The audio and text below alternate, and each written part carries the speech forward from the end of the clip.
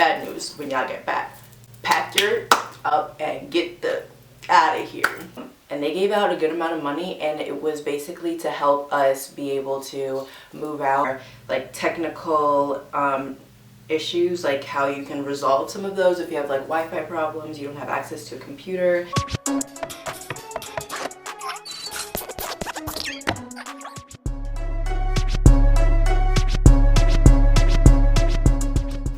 Welcome to my channel. You're watching ItsMontybb. What is up, you guys? Welcome back to my channel. If you're new, welcome. I hope you like what you see. If you're not, what's up? Like, it's good to see you again. Honestly, you guys, y'all are gonna have to welcome me back to my own channel, low-key, because I have been gone for so long.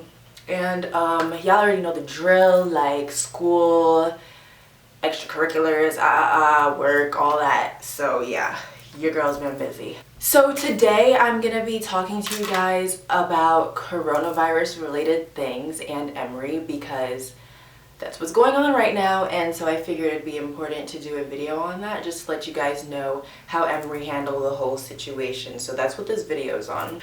Make sure you guys check out my other Emory videos. I have a move-in vlog, I have an update with one of my business friends, I have how I got into Emory. So yeah, if you guys are interested, check those videos out also.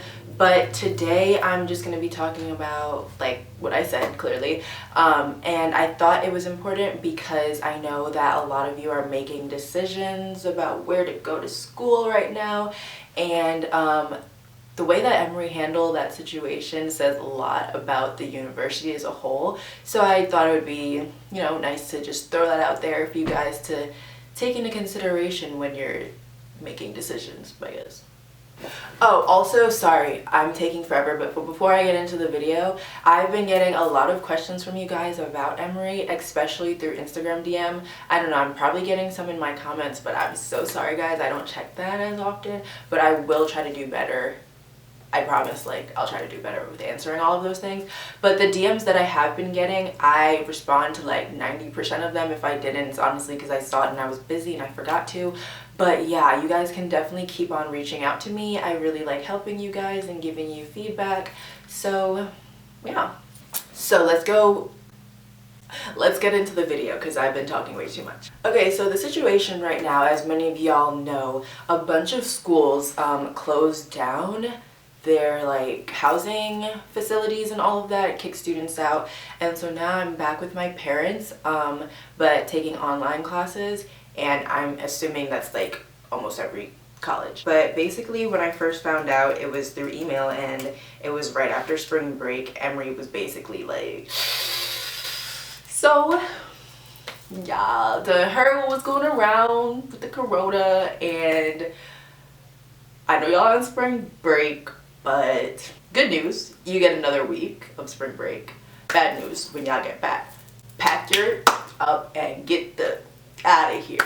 So what I'll mention first is one of the first things that Emory did to cater to students, and that is that they started a whole website for like question and answers about the coronavirus situation.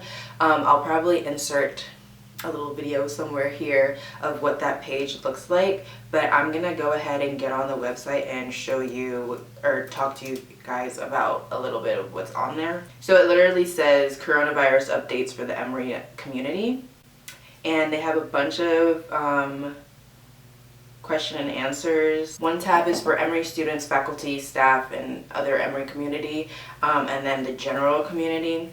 So I'm just going to go to the Emory students because that's what pertains to me. On the website, the first things that I'm seeing are like technical issues, like how you can resolve some of those if you have like Wi-Fi problems, you don't have access to a computer.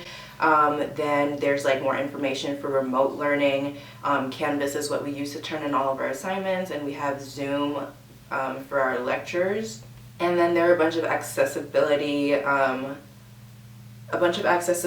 information. They did a good job of making sure that all of the things that people normally get, like extra time, note takers, all of that, that is still happening. So then they have a list of all the offices and services such as the registrar, housing and residence life, CAPS, which is like I don't remember the acronym. It's Counseling and Psychological Services by Emory.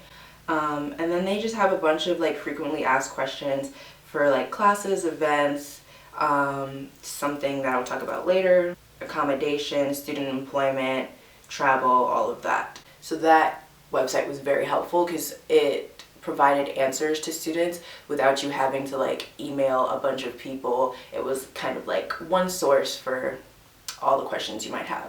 So that was the first thing that was helpful. So the first thing, or no, not the first thing, the second thing that was also helpful was that I guess it's because people started emailing and complaining about how it was kind of abrupt for you to ask your students to just move out.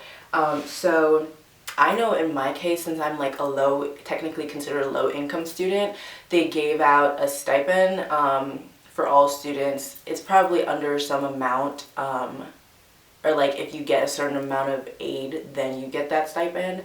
But yeah, and they gave out a good amount of money, and it was basically to help us be able to move out, afford that type of equipment, or get storage companies or things like that. And I also know that even after that, Emory provided a service where you don't even have to come back to campus and they would pack up all of your things for you. I don't know the exact details about that because I didn't actually do that, but I know that that was a service that was available. So yeah, that was one thing.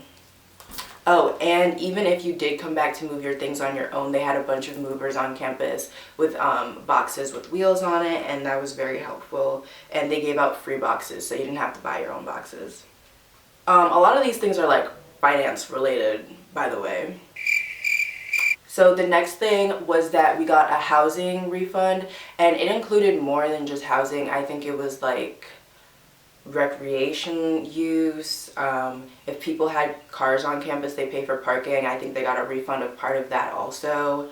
I can't think of anything else right now, but basically, like, if you were using it while you were on campus, they refunded part of that to you. My dog just came in my room.